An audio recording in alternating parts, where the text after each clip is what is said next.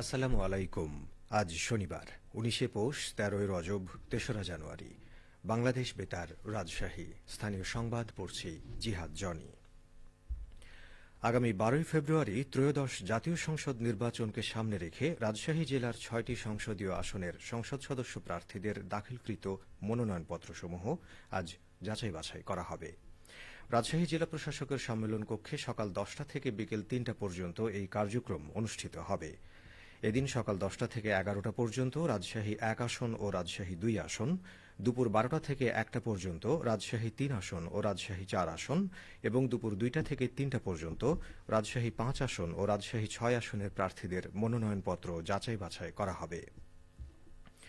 জেলা প্রশাসক ও রিটার্নিং কর্মকর্তা আফিয়া আক্তার জানান, কোন প্রার্থীর বিরুদ্ধে ঋণ খেলাপি বা বিল খেলাপির অভিযোগ থাকলে অথবা ফৌজদারি মামলা সংক্রান্ত অভিযোগ থাকলে সে বিষয়ে প্রয়োজনীয় কাগজপত্র সহ যাচাই বাছাই কার্যক্রমে উপস্থিত থাকার জন্য সংশ্লিষ্টদের আহ্বান জানানো হয়েছে। উল্লেখ্য, আসন্ন এই নির্বাচনে জেলার ৬টি আসনের বিপরীতে মোট ৩৮ জন প্রার্থী মনোনয়নপত্র দাখিল করেছেন। এদিকে বগুড়ার ৭টি সংসদীয় আসনের মধ্যে ৩টি আসনের মনোনয়নপত্র যাচাই বাছাই সম্পন্ন হয়েছে। গতকাল দিনব্যাপী জেলা প্রশাসকের সম্মেলন কক্ষে এ কার্যক্রম চলে। যাচাই বাছাইয়ে বগুড়া ১ আসনে ২ জন, বগুড়া ২ আসনে ৪ জন এবং বগুড়া ৩ আসনে একজন প্রার্থীর মনোনয়নপত্র বাতিল করা হয়েছে। যাচাই বাছাই শেষে জেলা প্রশাসক ও রিটার্নিং কর্মকর্তা তৌফিকুর রহমান এসব তথ্য জানান। বগুড়া জেলা প্রশাসক ও রিটার্নিং কর্মকর্তা মোহাম্মদ তৌফিকুর রহমান বলেন, শরীফুল ইসলাম জিন্নাহ তার হলফনামায় সম্পদের বিবরণীর ফরম দাখিল করেননি। মাহমুদুর রহমান মান্নার হলফনামায় তথ্য গড়মিল থাকায় তার মনোনয়ন বাতিল ঘোষণা করা হয়েছে। এছাড়া বাকি যাদের মনোনয়ন বাতিল হয়েছে তাদেরও মনোনয়নের সাথে জমাদানকৃত কাগজপত্রে ও তথ্যে ত্রুটি ছিল। আসন্ন ত্রয়োদশ জাতীয় সংসদ নির্বাচনের দিনেই অনুষ্ঠিত হবে গণভোট। গণভোটের প্রচার প্রচারণায় নানাভাবে কাজ করছে সিরাজগঞ্জ জেলা তথ্য অফিস। এ বিষয়ে শুনুন সিরাজগঞ্জ জেলা সংবাদদাতার একটি প্রতিবেদন। ত্রয়োদশ জাতীয় সংসদ নির্বাচন ও গণভোট ২০২৬ অনুষ্ঠিত হবে আগামী ১২ই ফেব্রুয়ারি। গণভোট উৎসবমুখর করতে তথ্য ও সম্প্রচার মন্ত্রণালয় থেকে চালানো হচ্ছে প্রচার প্রচারণা। এরই অংশ হিসেবে সিরাজগঞ্জেও জনসাধারণকে উদ্বুদ্ধ করতে নানামুখী কর্মকাণ্ড পরিচালনা করা হচ্ছে বলে জানান জেলা তথ্য অফিসের উপপরিচালক মোহাম্মদ আলী।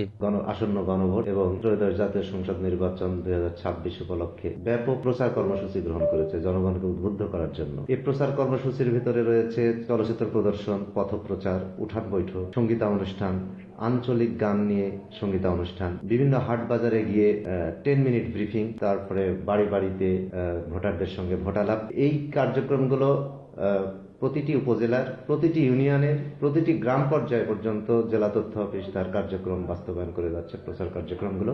তথ্য কর্মকর্তা আরো বলেন, এটা জনগণের ভিতরে ব্যাপক সাড়া রয়েছে নতুন একটি যে গণভোটের আয়োজন। পাশাপাশি ত্রয়োদশ যে সংসদ নির্বাচন হবে আগামী 12ই ফেব্রুয়ারি বৃহস্পতিবার ২০২৬ সাল, সেই ভোটে যাতে জনগণ ব্যাপকভাবে অংশগ্রহণ করতে পারে এবং আনন্দমুখর পরিবেশে ভোটটা হয়, এইগুলো বিষয় নিয়েই আমরা মূলত প্রচার কার্যক্রম পরিচালনা করে যাচ্ছি। আগামী ৯ ফেব্রুয়ারি সন্ধ্যা পর্যন্ত চলবে এই প্রচার প্রচারণা। সাজরুল ইসলাম সঞ্চয়, সিরাজগঞ্জ জেলা সংবাদদাতা, বাংলাদেশ বেতার, রাজশাহী।